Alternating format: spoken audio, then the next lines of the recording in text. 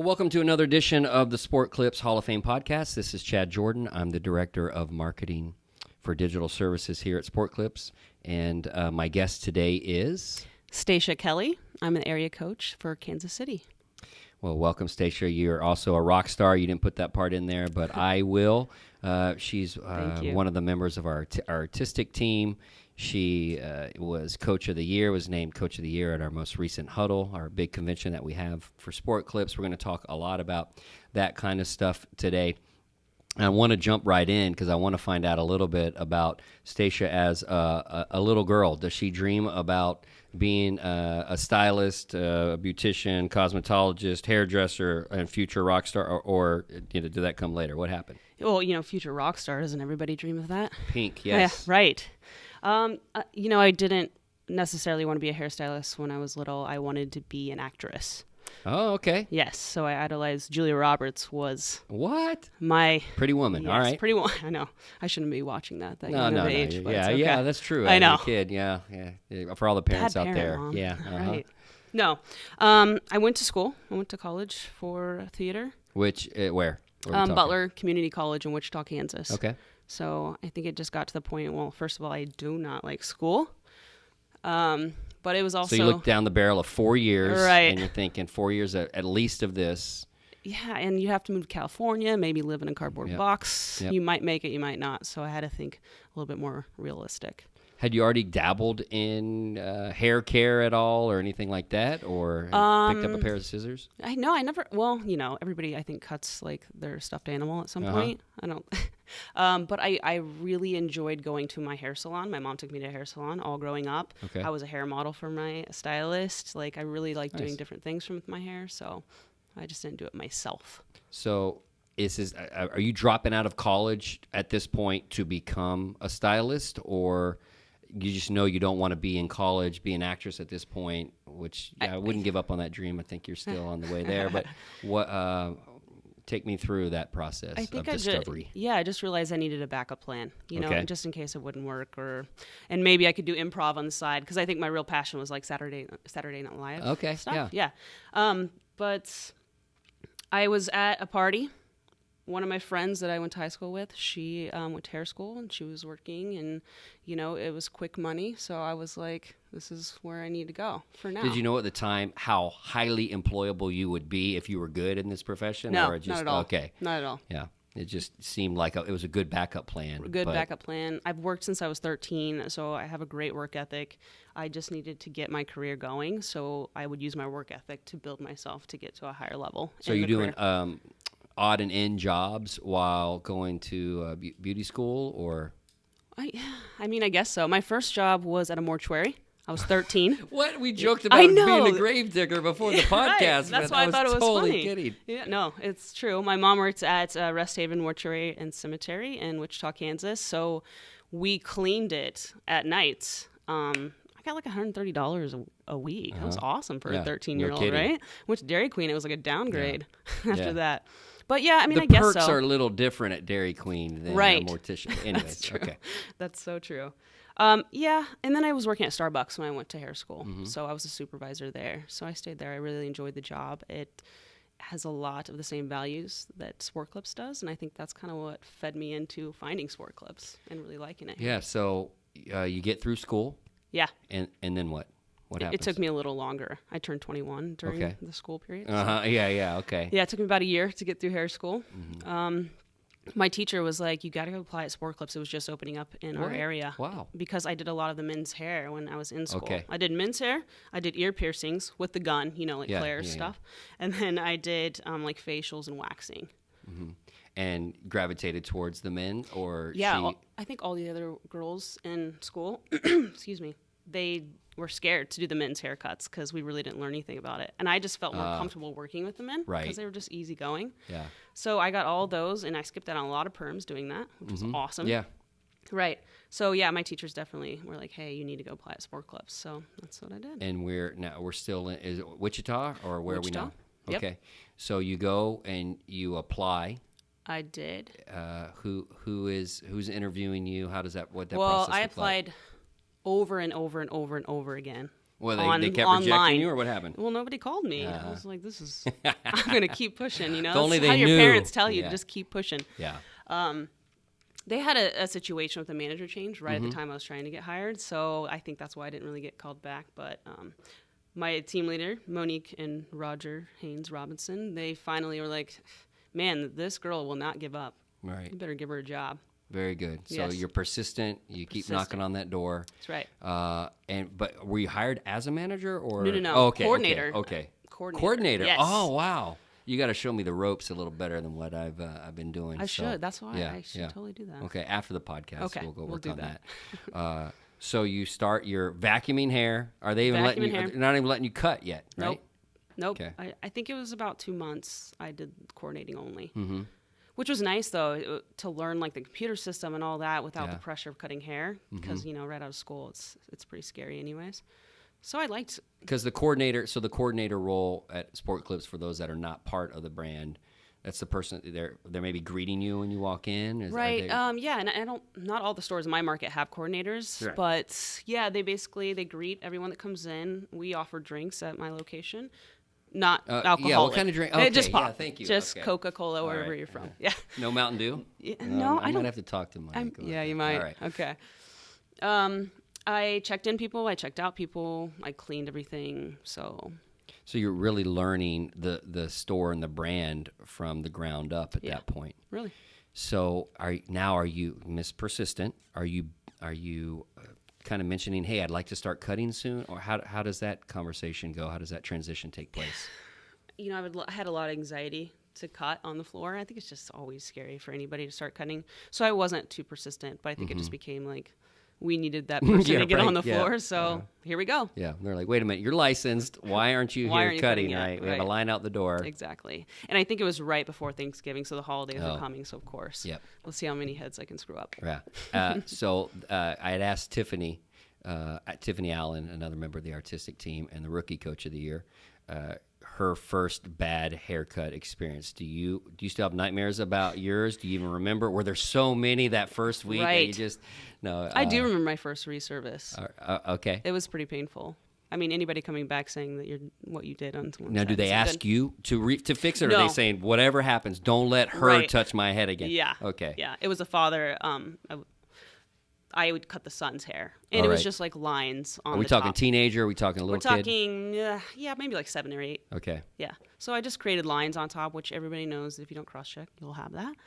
Yeah. Mm-hmm. So, I mean, somebody fixed it. It wasn't that big a deal, but it's always in the back of your head now. Yeah. But you learn from it and Yeah. you grow. So you're getting better, especially at little boys' haircuts. Yes. And growing as a stylist. First of all, how long did it take for you to feel comfortable? Like, hey, I can actually do this. I don't need to go home crying. I don't need to quit after a bad day.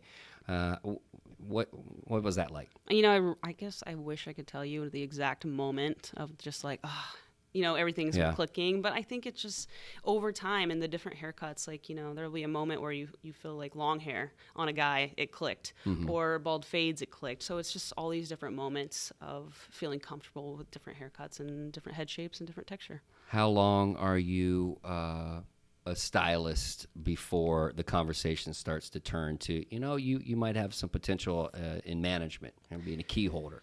Well, I remember when I was a stylist, not for very long, but I met my coach at the time. She no longer works at Sport Clips, but we love her.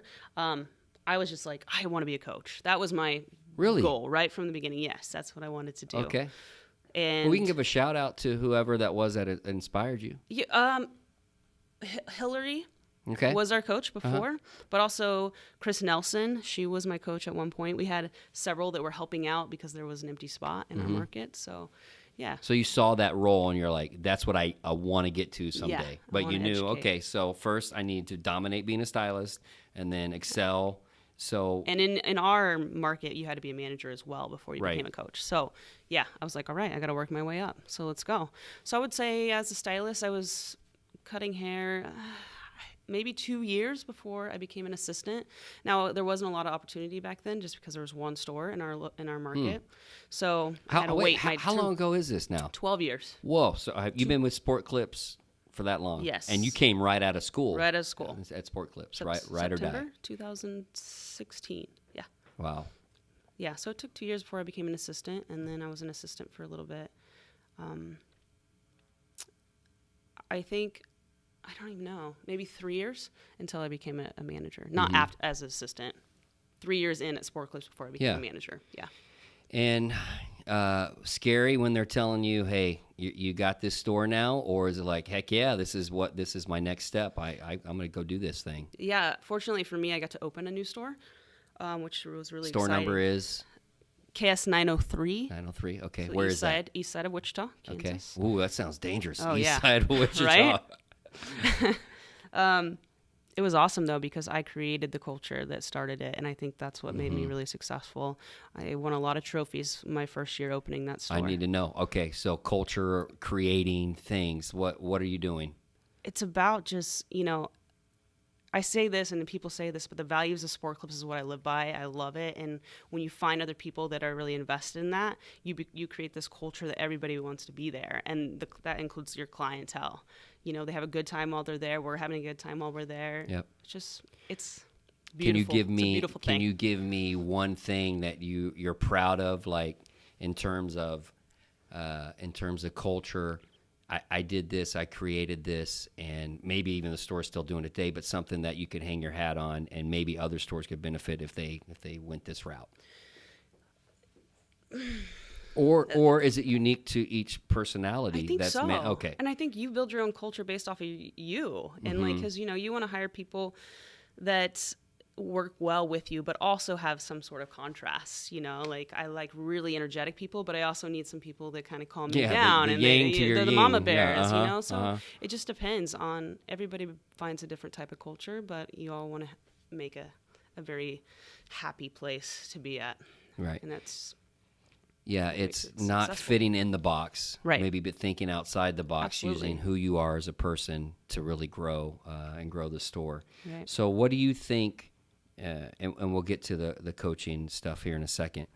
What do you think you did well as a manager that other stores, other managers could benefit from? It might be embracing who you are and letting that shine. But what are some things that you're proud of that you're like, hey, I think that worked well for me, and I bet others could benefit from it. I think there's always going to be conflicts that happen in a store, and we all know that as managers. And I think the way you handle conflicts and kind of squash it right at the beginning, just talking to people and being real and showing that, maybe you hurt my emotion, or this is how you made me feel. It's like the simplest thing, but it just makes everything calm waters. Yeah, I'm constantly amazed at managers throughout the system. I have a 14 and 12-year-old daughter, 2 daughters, and for them to cohabit, to live and be happy together on a daily basis is hard enough, let alone in a store with usually 6 to 8 to 10 females and the personalities and all of that, having to manage that. So, yes. So hats off. That's that conflict resolution, right? That's so important. Absolutely. You can tear up your store quickly. What are some things in terms of let's go down that path one more question deep. What are some things managers can do to excel in conflict resolution, things that they can identify or maybe gravitate towards in their leadership skills that will really help their store flourish? Identifying the problem right at the beginning. Okay, so not letting develops. it linger. Absolutely. Okay. Don't be passive aggressive. No signs that say what you shouldn't do. If you want something to be done, you need to go to the person and just be forward with them. And, transparent. That's another big one. If there's things that are happening around the store and you're not letting everybody know about it, they start assuming all kinds of things. Yeah. Like maybe they're losing their job tomorrow or whatever, So like being transparent, what's going on is really important, and just be honest. Yeah. I love that. Be direct. Yeah. So you're a manager. You put in your time essentially, but that was 4 not years. the goal. The goal for you was you had your sights set on being a coach. First of all, what is a coach in the Sport Clips system? What do they do? I think a coach it takes a very special person to be a coach, because you have basically, instead of like as a manager, you get rewarded through trophies You're like doing a great job. Here's a trophy Yeah. for hitting Right. 10,000. Right. There's a lot of people rewarding you for what you're doing. And when you become a coach, the reward comes from people saying thank you. Or, you know, like you developed me into something different. And that's really the reward you get. So you don't get the physical trophies unless you get Coach of the Year. It's the only trophy you get. Right. Yeah. Exactly. Right. But I think that's what's so awesome is when you help somebody become more successful, that's a feeling you can't get. Right. You know, from anything else. I want to, let's go down that path a little bit more. What can managers do to give their coaches the feeling that you enjoy yourself? How can they show appreciation? I mean, are we talking social media shout outs? Are they greeting you with a warm smile when you come in for a success check? What really is a way that they can give back to coaches in a way that's tangible that you would appreciate? I think that's a great one. Yeah, just, you know, we're coming in with the white hat, like Olivia Pope, right? We want to help people. But I think a lot of times when we walk in, it seems like it's a dark hat. Yeah, right. You know, and people are scared of us, which their voice changes, it starts to tremble a little bit, and it's like hi, and then they realize what's about to happen. But it's not what success checks are about. You know, we really care about our clients and having a great experience, but we also care about them having a great experience in the store. So, you know, success is how you get respect, anyways. Like, if I help you become more successful, then you'll respect me. But yeah, just enjoying us being around, I guess. Yeah. Because we were there. Pick our brains. You know, we want to help you. Did they ever recruit you to, hey, could you help us in the store today? You got, not maybe for a success check, but maybe you're just there for fun. Yeah. Swinging by, saying hi. Do you ever fill in for at a store? I haven't. And I feel awful about that. I think it's kind of a situation when I work for, you know, other team leaders and stuff like that, and I don't know if I can jump in, and I don't want stylists to think I'm taking their style or their clients or anything like that. If it were ever a case of, it was awful, like they were really getting pounded, of course, I would, jump in. It really is. But you've never had to, so it's not an issue. I want to talk about, let's talk about the artistic team. Yes. Okay. So to be on the artistic team, you got to be a coach. Is that the process? As of now, yes. Okay. The process is so right now, 2008, July-ish, summer 2008, you got to be a coach before you can be on the artistic team. So how does a manager get to be a coach? What traits get them to that next? I don't know if it's a next level. It's a different level, at least. Yeah. But to that level of being a coach that could eventually be considered for the artistic team. You know, I can tell you the criteria of a coach, but really, I think the transition from a manager and a stylist behind the chair into a coach is what you're not really expecting. Okay. You know what I mean? So it's like you're working kind of by yourself, even though you're working with stylists all the time, different stylists. But really, you have to. What's the word? Really self-sufficient on your own. You know, you don't have a boss necessarily watching over you anymore. You're not watching over a team. It's a completely different type of job. Do you feel like you're on an island ever? Kind of, yeah, because you're like remote. You're remote. You're traveling. I'm sure you know a little bit, Chad. You go, even though you see so many people, it's just the connection isn't as there's something that happens in a store when you're working around the same crew, the same team, day in, day out, going through it, knowing when there's a problem client and you're having to deal with it, but you've dealt with it as the team. Right. So would you say is that kind of one of the big challenges, the hurdles that you've had to come from being a manager to being a coach? Is that something that you had to work through in the transition? I think so, because I picked Sport Clips because I wanted to work with the team. I wanted to have people around me where it was fun. And so it was kind of a transition. I had to do a little growing up, I guess, when I became a coach and be like, okay, you put your big kid pants on and now you're going to do it for other people. And that's okay. And I love it now, but it was definitely a transition period. Yeah. So rocky there for a little while, but you obviously found good footing on the artistic team. What is that? In fact, I believe, again, summer of 2018 is when we're recording this podcast. I'm sure it will go live, not too long from now. But isn't the submission process for the artistic team happening right now? Yes. Okay. I think until September. when? Oh, okay, good. Something. So this podcast will definitely launch before then. For sure. So walk me through what needs to happen for that to come to fruition for someone to be considered. Sportclipsjobs.com is where you'd go to, or you can click on our Instagram. We're posting it. You can click on my page. I have it up there. And you have a new Instagram account for the artistic team, I think. Yes, it happened yesterday. Okay. Way to be on top of things, Chad. Social media. You know everything. Yeah. So they could go to that and Yes. find probably the link in the bio. Yes. And apply through there.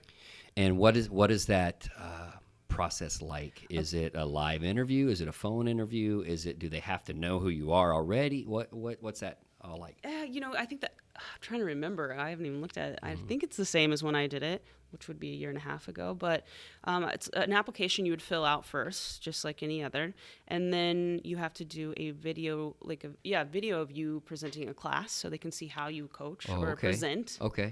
Right, and then kind of like. And now, is this a video you're shooting in a room all by yourself, or is this of you actually doing a class and someone's recorded it? It would be if there was an actual class. Okay. That would be nice. That didn't happen with me. So yours was in a room.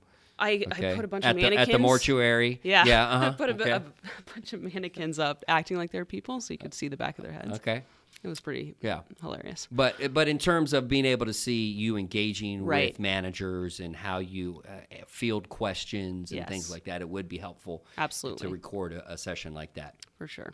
And then you have a separate video where they ask you questions. They don't ask you, they give you, a line of questions and you tell them the answers, like why you'd want to be an artistic team member, what can you bring to the team, things like that. Mm-hmm. What does it involve in terms of, do you make a cut? Is that you move on to the next round? I don't think so. I don't know. I guess the process. All right. Even with the new members, it doesn't really get ran by us necessarily. So I don't know how they. You should ask Julie that. No, but maybe there's supposed to be mystery to it. Maybe. We want to let everybody behind the curtain, so that we can leave a little bit of the magic developing here. So right now we're doing that through September of 2018. When's the next tenure? Is it how does the year work? It's like a presidency. So you go 2 years and then you can reapply and then go another 2 years. And what is the year? What does it fall in January to December? Oh yeah, I believe it's okay. So you get full named. Calendar year. Mm. You get named before that, and then your term starts in January. Yes, we have our first training in December for the new ones. And it gets announced at the Coach's Huddle. Okay, the Coach's Huddle in Texas in October. Yes. Okay. So exciting. So that's going to be happening. What is that like? What's that feel like when? Because you feel like, hey, I got a chance, but you don't want to get your hopes up. Right. You don't want to be that person.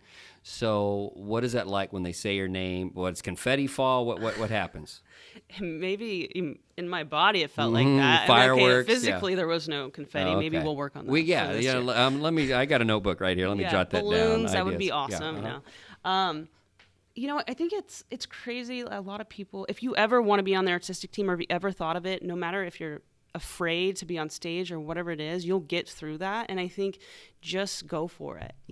Go to that. Push yourself and don't be scared of anything, because it's just going to hold you back from developing yourself further and further. And I think that's a lot of that's what goes in my mind before I applied. I'm like, oh well, they're not going to pick me, But if I don't apply, then of course they'll never pick me. You never know until you go. Yeah. So apply. If you're a coach out there, please apply. It's a lot of fun, and this team is amazing too. And now I'm back on a team, where I can actually work with people and cut hair next to them, and it's a lot of fun. You do, as the artistic team, you do travel, you do perform. Can you give me some of the highlights of what you do as an artistic team? I have a follow-up question, but I want to know kind of some of the highs, some of the great things that you guys get to do. Yeah, it's amazing. It's kind of crazy that it goes back to being a theater kid, and it's almost like I actually did create my dream eventually, because when you go on stage you are acting as something else, and I love it. It's fun. I get to be humorous, but I get to be myself, but I also put in different things but you're educating on stage people that you don't know. So it's like free education to them. And people come into our booth, they sit down, they want to learn, and it's just empowering, really. Mm-hmm. It's a cool feeling. You get to go. Give me some of the shows. The shows. That was my first thing to do was caper. It was amazing. I felt like a rock star. Mm-hmm. You know, I was scared to death. What is caper? Capers for us. Paul dorks. Mitchell's. Okay. Big presentation for the future professionals. They put it on every year. And it's in where is it located? It changes. So it was Orlando my first year, and then it was Vegas this year. Okay. So it's like the Huddle for sport clubs, but it's for future professionals at Paul Mitchell. It's pretty amazing. You know, we have dancers. I got to see choreography. I got to work on stage. There's a lot to it. I mean, even though we just come out and style hair, it's like I have to come out in the right second of the beat. Mm-hmm. I'm freaking out, you know, in front of 3,000 people. I got to. All there to judge you. I got to look really. cool. Right. Yeah. I got to look cool while I hairspray this guy's hair up. That's about it. Yeah. No, but it's a really fun experience. It really is. Best part about being on the artistic team is what? Representing the brand, being the face of the brand, I think is pretty awesome.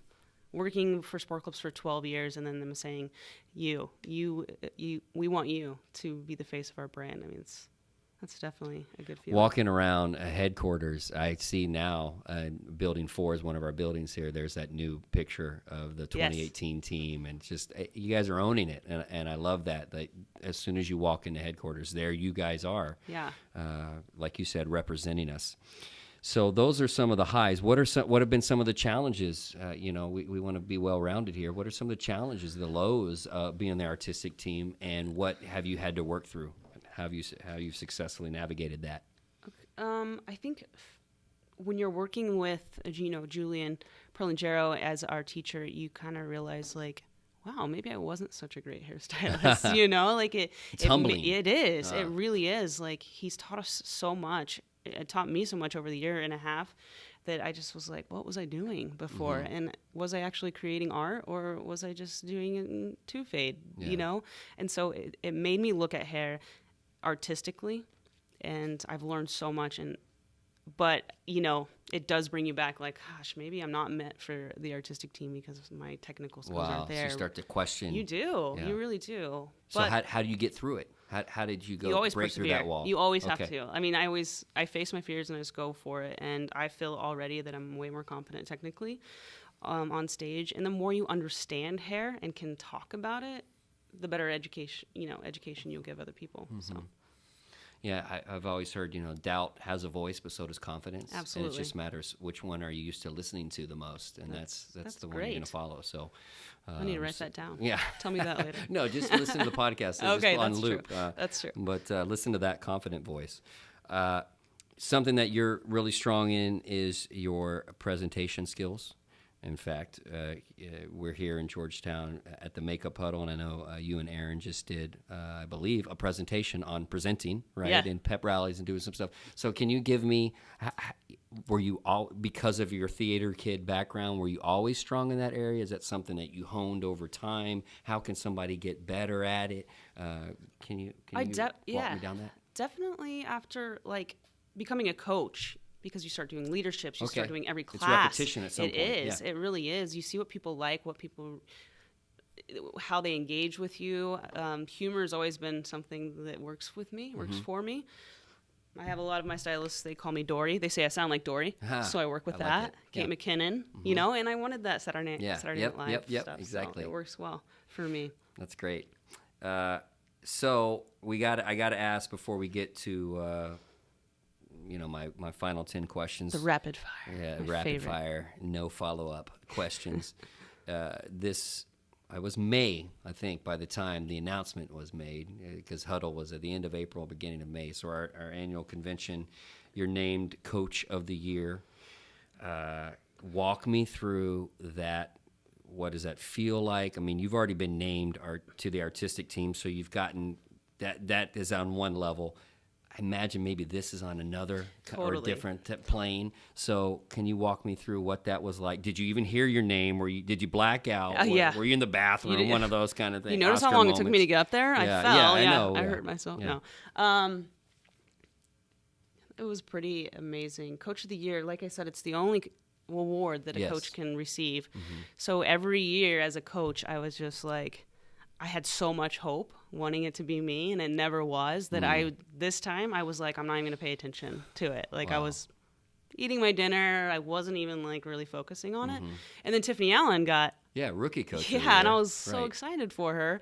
So I was kind of just... Was she at your table? No, she wasn't at my table. Okay, I was going to say, man, that But table, I was looking for her, and I was watching drinking. her walk up there and stuff. So I was kind of zoned in on that. And then I kind of went back to my thing, and, you know, there it was. You know, they're pushing you to like, hey, let's go. And then everybody just kind of crowded over me. So that's why it took me so long.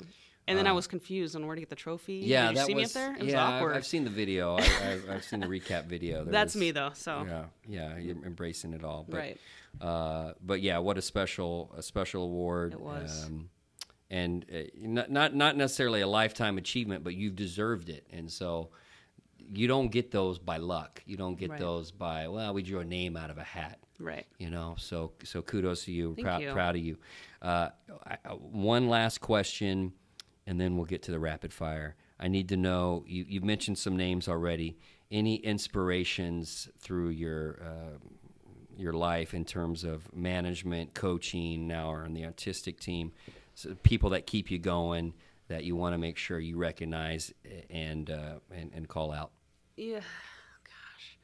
This is hard. Don't make me get a box of tissues. I know. I mean, and it's not like I can say that it's one person that's been my mentor, but I really feel like every person I have connected with throughout my sport club's journey has given me a piece of something. Okay. You know, maybe it wasn't everything about them, but it was something they did great. So, I mean, I would have to just call out my whole market, which is amazing. Yes. I have a lot of great managers, and, you know, those are the people that nominated me for Coach of the Year. So it touched my heart for sure, but I don't know if I can necessarily, because if I forget somebody, then I feel bad. So maybe I just say nobody. Play it safe, you know. But you know, Julie Vargas is definitely a mentor of mine, and when I first got to speak to her, it was pretty amazing. And she always blushes when I talk about her, but she's a rock star in my eyes. Yeah, I grew up in sport clubs, and she's the very first manager. Yeah. No one else can have that title. That's right. I love it. All right, we ready for the rapid fire? Yeah, because we're right on time. Cool. So, and for those that can't see us right now, we are sweating up a storm because we're in the podcast / photo studio here in Georgetown, which is the only room in the building that does not have AC for some reason. And it's like 114 outside, right? Exactly. We've had blackouts today, brownouts, because it's been so hot. It's been knocking the power out. Anyway, so now that we're drenched, here are the 10. This is why I'm not going to ask follow-up questions, just so we can get through this part. Okay. But, all right. So number 1, which superpower would you most like to have? Oh, definitely flying. Just like Julie said, I was listening to hers. Yeah. Because then you can get somewhere quickly. No wonder she's your hero. Right. What is, number 2, what is your personal motto? Hakuna Matata. Oh, okay. You know, that what a wonderful Aaron, phrase. Right. Yeah. Only because I sing Disney songs a lot, me and Aaron too. Other than where you live now, where else in the world would you most like to live? Ireland. I've never been there, but I think that would be an awesome place. Oh, man. Well, when you go, my wife wants to visit as well, so we'll tag along. Cool. You'll live there, and we'll come visit you. Sounds great. Who is the celebrity you would most like to meet one day? Okay, well, can it be 3? And it was on it. Okay. This is your time. So I was watching this Ellen episode, and it was Ellen, and it was Pink, and it was Julia Roberts all together. You're kidding and I was me. like, okay. It was amazing. I'm gonna find find that on Ellen Tube, and I'm gonna link to it in this podcast. Tell Ellen I want to go to her show. And that was what Julie said too. So she I wants to know. meet. So this would be like an artistic team thing. Right. Which words or phrases do you most often overuse? Words or phrases. Well, you know all those things that you videotaped at the huddle. Mm-hmm. Don't cut your poofy poof. Yep. Don't swallow your guide. People, I mean. Lord have mercy. I know. Taken out of context, stylist, we have. Right? Yeah, exactly. Yeah, I get myself in trouble sometimes when I teach. I love it. What sound or noise do you love? I guess we're doing so much scissor over comb, but the moment that scissor hits the comb, like dry hair, that noise, it's pretty satisfying. That's awesome. Yeah. What sound or noise do you hate? When somebody scrapes their teeth on a fork. Oh, okay. I'll cringe. Noted. I will only use a spoon around you. What profession other than your own would you have been good at, or at least have wanted to try? I feel like we covered that, but maybe Public speaker. Okay. Yeah. Well, you're kind of there. Maybe I will be someday. Yeah. You definitely have what it takes. What do you consider your greatest achievement? Coach of the Year, I think, was probably the biggest one so far for me. Okay, and if heaven indeed exists, what would you like to hear God say when you arrive at the pearly gates? The party can start. Now that she's walked in. Yeah, well, we've been partying here in this podcast, so I appreciate, Stacia, you putting up with this heat and this airbag over here of hot air. Thank you for having me, Chad. All the questions that you've been willing to answer, and I think a lot of people are going to benefit from it. So thanks again. This has been another edition of the Sport Clips Hall of Fame podcast. Hope to see you again next week. Bye. Thank you. You're welcome.